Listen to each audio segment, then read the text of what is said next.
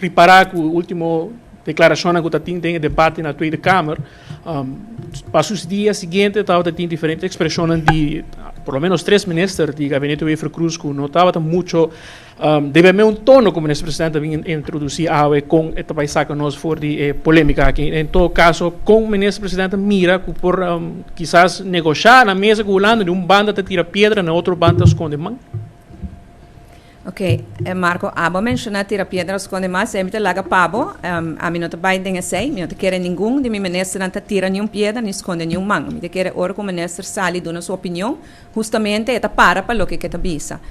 Durante o debate na Tweede Kamer, tot die hobby koska worden bisa over en weer, ko nós não te de acordo com não. Bota weet dat die hobby informação incorrecta worden do na insulto nang kawar hasina nos direção, pero a mim não tá worry ko essay, a mim a worry kinanang mi tá enfocar riba e trabalho que tem de lá, que tá hobby, e não tá fácil, e tá complicado.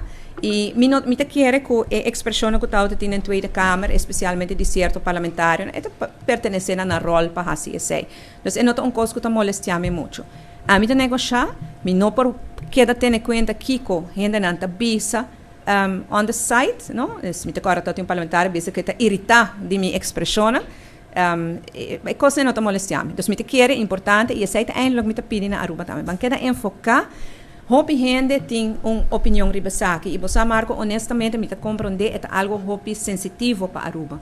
Aruba a luta hopi duro para nós parar para nos próprio pia, nossa luta para nós estar essa parte, porque nós derramar sangue para nós ganhar nossa liberdade. E agora que nada para mira, que tem gente que quer quitar parte de je, que pode prejudicar nós para o futuro, me compreender e emociona que tem.